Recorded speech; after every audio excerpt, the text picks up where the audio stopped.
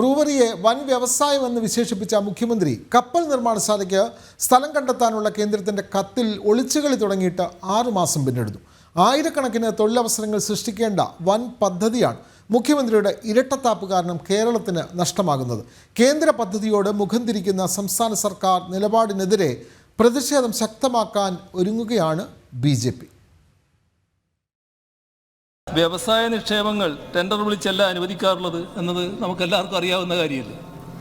നാട്ടിലൊരു വ്യവസായം തുടങ്ങുന്നതിന് എങ്ങനെയാണ് ടെൻഡർ വിളിക്കുക? അവിടെയുള്ള കൃഷിക്കാരുടെ, കുടിവെള്ളം വേണ്ടവരുടെ എല്ലാവരുടെയും താല്പര്യങ്ങൾ സംരക്ഷിച്ചുകൊണ്ട് തന്നെയാണ് ഈ നടപടി നടപ്പാക്കുക. ഒരാശങ്കയും ആ കാര്യത്തിൽ ഉണ്ടാകേണ്ടതായിട്ടില്ല. ഏതായാലും ഇതിന് നമ്മുടെ സംസ്ഥാനത്ത് വരുന്ന ഒരു പദ്ധതി എന്ന നിലക്കാണ് ഇതിനെ കാണേണ്ടത്. അതാണ് എനിക്ക് അഭ്യർത്ഥിക്കാറുള്ളത്. പാലക്കാട്ടെ ബ്രൂവറിയെ മുഖ്യമന്ത്രി നിയമസഭയിൽ വിശേഷിപ്പിച്ചത് വൻ വ്യവസായമെന്ന്. കോടികൾ മുടക്കിയുള്ള വ്യവസായങ്ങൾ വരുമ്പോൾ അതിനെ എതിർക്കില്ലെന്നും പുതിയ വ്യവസായങ്ങൾക്ക് അനുമതി നൽകുമെന്നുമായിരുന്നു മുഖ്യമന്ത്രിയുടെ വാക്കുകൾ.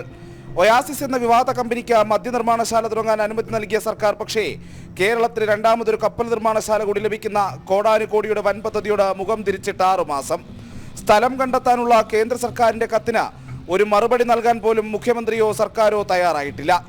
അപ്പോഴാണ് പാലക്കാട്ടെ മദ്യനിർമ്മാണശാലയ്ക്ക് അനുമതി നൽകിയതും ധൃതി പിടിച്ച് കാര്യങ്ങൾ ചെയ്യുന്നതും.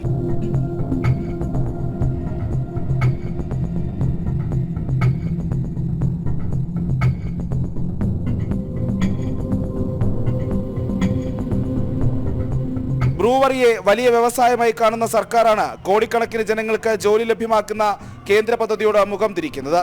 കപ്പൽ നിർമ്മാണശാലയോട് സംസ്ഥാന സർക്കാർ കാണിക്കുന്ന അവഗണനയിൽ വൻ പ്രതിഷേധമൊരുക്കുമെന്ന് BJP സംസ്ഥാന അധ്യക്ഷൻ K. സുരേന്ദ്രൻ. ബ്രൂവറി വേണമെന്ന് പറയുന്നവർ കപ്പൽശാല ഒഴിവാക്കുന്നതാണ് ഈ കേരളത്തിൻ്റെ വ്യവസായം എന്ന് പറയുന്നത്. ഒരു കപ്പൽ നിർമ്മാണശാല എന്ന് പറയുമ്പോൾ അതിന് സാമ്പത്തികമായിട്ടും അതുപോലെ തൊഴിലവസരങ്ങളുടെ കാര്യത്തിലും കേരളത്തിന് വലിയ ഗുണം കിട്ടുന്ന ഒരു പ്രോജക്റ്റായിരുന്നു. പക്ഷേ അതിനെ വളരെ നിസ്സാരമായിട്ടാണ് സംസ്ഥാന ഗവൺമെൻറ് കണ്ടത്. അതുകൊണ്ട് അത്തരത്തിലൊരു സാഹചര്യം ഉപയോഗപ്പെടുത്താത്ത അക്ഷന്തവ്യമായിട്ടുള്ള അപരാധമാണ്. പ്രത്യേകിച്ച് തൊഴിലില്ലാത്ത ചെറുപ്പക്കാരോട് വളരെ ഗുരുതരമായിട്ടുള്ള ഒരു തെറ്റാണ് സർക്കാർ നടത്തിയിരിക്കുന്നത്. ശക്തമായിട്ടുള്ള പ്രതിഷേധം ഇക്കാര്യത്തിൽ BJP. ആയിരക്കണക്കിന് തൊഴിലവസരങ്ങൾ ഉണ്ടാകേണ്ട പദ്ധതിയാണ് മുഖ്യമന്ത്രിയുടെ ഇരട്ടത്താപ്പ് മൂലം ലഭിക്കാതെ പോകുന്നത്. ഇവിടെയാണ് സർക്കാരിന്റെ ആത്മാർത്ഥത ചോദ്യം ചെയ്യപ്പെടുന്നതും. ജനം, തിരുവനന്തപുരം. പത്തനംതിട്ട അടൂരിൽ +2 വിദ്യാർത്ഥിനിയെ പീഡിപ്പിച്ചെന്ന് പരാതി. 9 പേർക്കെതിരെ പോലീസ് കേസെടുത്തു. 5 പ്രതികൾ പിടിയിൽ.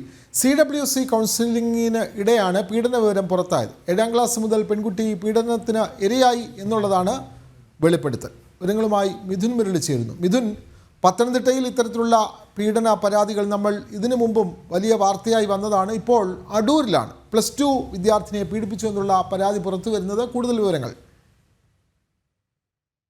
നൂറനാട് പോലീസ് സ്റ്റേഷനിലുമായി 2 കേസുകളാണ് രജിസ്റ്റർ ചെയ്തിരിക്കുന്നത്. 9 പ്രതികളാണ് ആകെ ഉള്ളത്. ഇതിൽ 5 പേരെ അടൂർ പോലീസ് കസ്റ്റഡിയിൽ എടുത്തിട്ടുണ്ട്, അറസ്റ്റ് രേഖപ്പെടുത്തിയിട്ടുണ്ട്. ഇവരുടെ ഒരു പ്രതി നൂറനാട് പോലീസ് സ്റ്റേഷൻ പരിധിയിൽ വരുന്ന കേസിലാണ് ഉൾപ്പെട്ടിരിക്കുന്നത്.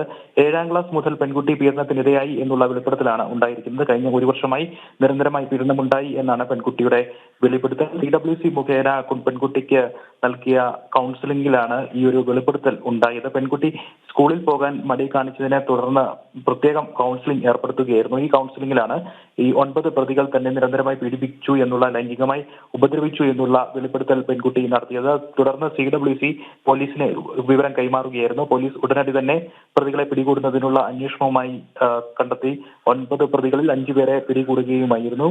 കൂടുതൽ പ്രതികളെ കണ്ടെത്തുന്നതിനുള്ള അന്വേഷണം പുരോഗമിക്കുന്നുണ്ട് എന്നാണ് പോലീസ് അറിയിച്ചിരിക്കുന്നത്. ഇൻസ്റ്റാഗ്രാം വഴിയാണ് പെൺകുട്ടിയിൽ ചിലരുമായിട്ട്, ഈ പ്രതികളിൽ ചിലർ പെൺകുട്ടിയുമായി പരിചയപ്പെടുന്നത്. പിന്നീട് ദുരുപയോഗം ചെയ്യുകയായിരുന്നു ഈ പെൺകുട്ടിയെ. കൂടുതൽ സുഹൃത്തുക്കൾ അടക്കമുള്ള ആളുകൾ എത്തി ഈ പെൺകുട്ടിയെ ഇൻസ്റ്റാഗ്രാം വഴി ആദ്യം പരിചയപ്പെട്ട ചിലരും അവരുടെ സുഹൃത്തുക്കളും ഒക്കെ ആയിട്ടുള്ള ചില ആളുകൾ പരിചയപ്പെട്ട് ദുരുപയോഗം നടത്തുകയായിരുന്നു എന്നുള്ള വിവരമാണ് നിലവിൽ ലഭിച്ചിരിക്കുന്നത്. മറ്റ് പ്രതികളെ ഉടൻ തന്നെ പിടികൂടുമെന്നാണ് പോലീസ് അറിയിച്ചിരിക്കുന്നത്. വിനോദ്, അടൂരിലാണ് +2 വിദ്യാർത്ഥിനിയായ പെൺകുട്ടിയെ പീഡിപ്പിച്ചു എന്നുള്ള പരാതി. 9 പേർക്കെതിരെയാണ് പരാതി. ഇതിൽ 5 പേരെ കസ്റ്റഡിയിൽ എടുത്തിട്ടുണ്ട്. വിവരങ്ങൾ നൽകുകയായിരുന്നു പത്തനംതിട്ടയിൽ നിന്നും മിഥുൻ മുരളി.